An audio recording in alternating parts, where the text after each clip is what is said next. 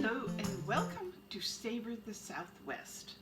Today I'm looking at how to cook this unusual squash called an opo squash. How do you learn how to can? Also called well, a long grandma squash. taught you. And there are books available. It's grown this around the book, world in warm climates, so it from has about as HP many books. names as you can. It is pretty Can't old. shake a stick See, at. I've had this since So many different 70s, names. and as you can It's see, popular in a lot of Asian cooking. pretty much not including, attached Vietnamese anymore, but cooking. They make a as long as you're soup out of careful with it.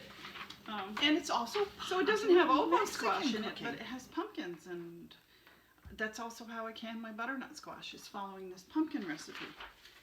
Well, before I had, actually after I had this book, I got this nice extension bulletin from the Michigan State Cooperative Extension Service when I lived up there, and they gave it out for free.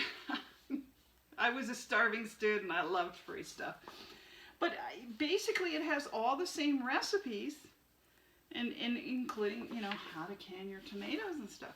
So if you don't want to buy a book from a store, you can go to your Cooperative Extension Service, whatever it is in your state, and see if they don't have a freebie or a low-cost book that gives you the basic guides to learning how to can. The other thing is, if you get a pressure canner, it does come with a little booklet.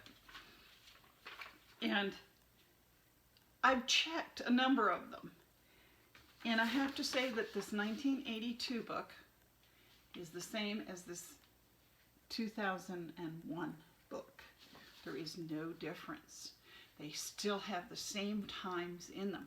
So if you have this older book, you're safe. You're canning properly. You don't need to go and get something brandy new to learn how to can. You can. Ooh, terrible pun. But I just follow the directions for pumpkin, which I've canned before, and I canned my butternut in the same fashion as the pumpkin, and that came out good.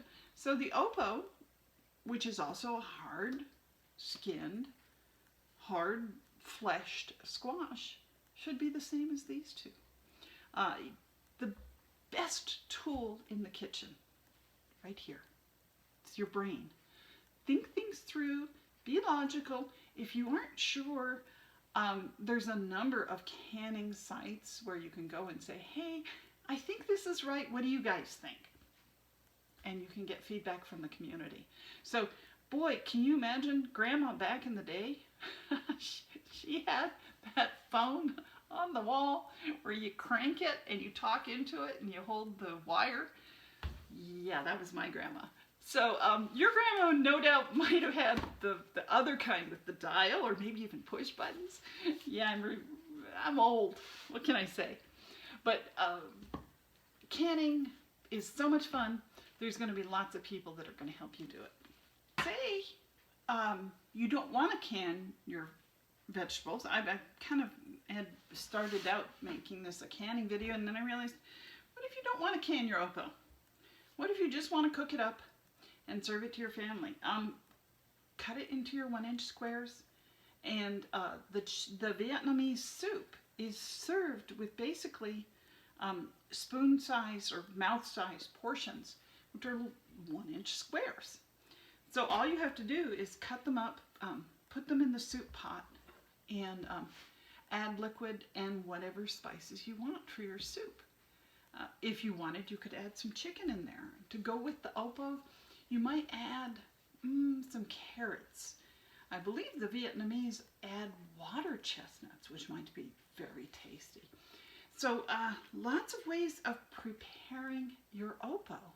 It doesn't have to be for canning for later. So lots of ideas about opo squash. Thanks for watching.